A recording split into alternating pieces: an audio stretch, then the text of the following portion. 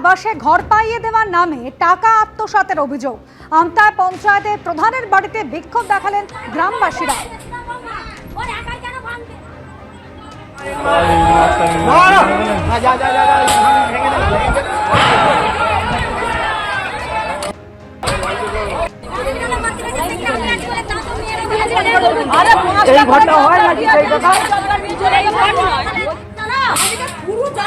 কাশমুলি পঞ্চায়েত প্রধান অঞ্জলি দলুয়ের বাড়ি ভাঙচুর করা হয়। প্রধানের স্বামী 100 দিনের কাজ এবং আবাসের বাড়ি দেওয়ার নামে টাকা তুলেছেন, এমনই অভিযোগ জানান স্থানীয়রা।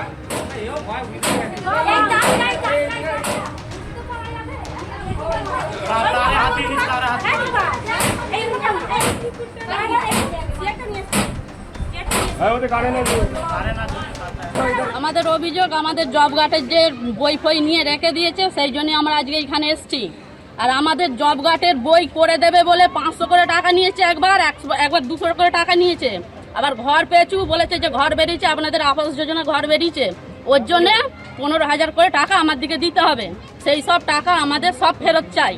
সেই টাকা আবার ওপরন্ত যদি গরিব দুঃখীরা একটু ঘর করেছে, ওপরে ঘর করলে বলবে আমার দিকে 20,000 টাকা করে দিতে হবে, কেননা তোমরা ওপরে ঘর করেছো। প্রধান, পঞ্চায়েত মেম্বাররা সবাই মিলে নিয়েছে, আমাদের ওই সব টাকা ফেরত চাই। প্রধানের স্বামী 100 দিনের কাজ এবং আবাসের বাড়ি করে দেওয়ার জন্য টাকা চেয়েছিলেন, যদিও সেই টাকা নেওয়ার পরও তারা বাড়ি পাননি, এমনই অভিযোগ জানাচ্ছেন স্থানীয় বাসিন্দারা। তৃণমূল এবং বিজেপি স্থানীয় নেতৃত্বের কি বক্তব্য শোনাবো।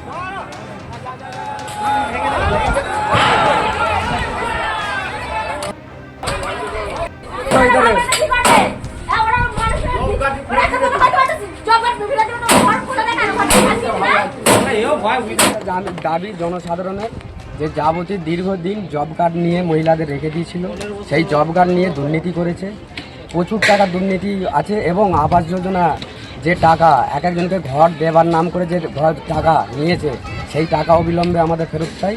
এবং ইমদাদ আলী, তরুণ দলুই, সুশীল ধারা, এরা সব এই এলাকায়, এই মহাদেব সাঁতরা পঞ্চায়েত, এরা এই দুর্নীতিগুলো করেছে। আর রবি দলুই, এরা আর গণেশ বর্তমানে, তো এরা এই দুর্নীতিগুলো প্রচুর টাকা জনগণের মানুষের টাকা অত্যাচার করেছে, লুট করেছে। সেই অবিলম্বে আমরা জানাচ্ছি গ্রেপ্তারি চাই প্রধানের, যাবতীয় যা আছে সবাই গ্রেপ্তারির দাবি আমরা করি।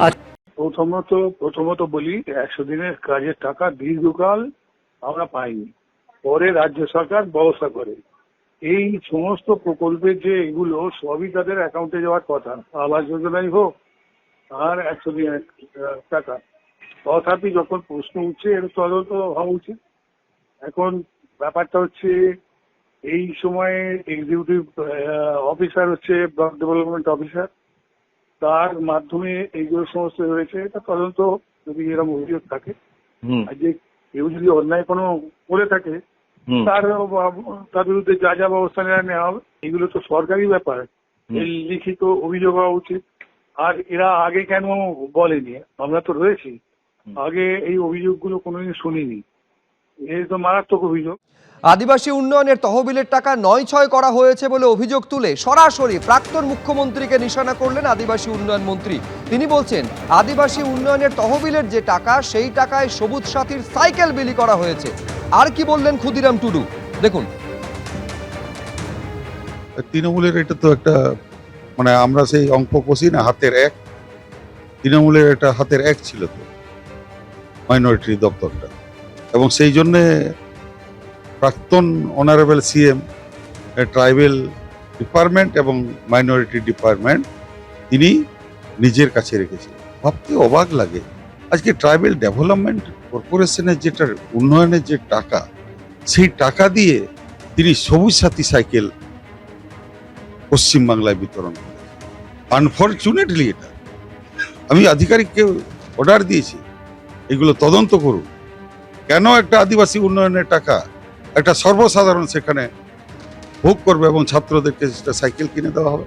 যারাই দোষী সাব্যস্ত হবে তাদেরকে গ্রেপ্তার করে জেলে পাঠাতে হবে, এবং অনারেবল সিএম এটা সমস্ত আধিকারিকদেরকে দোষী প্রমাণিত হলে জেলে যেতে হবেই, এটা কেউ রুখতে পারবে না। যেই হোক না কোনো অফিসার, যে কোনো যত বড় অফিসার, IAS IPS যারাই হন না কেন, বা চুনোপুটি যারাই হোক, সবাই শাস্তি পাবে। এবিপি আনন্দ, এগিয়ে থাকে, এগিয়ে রাখে।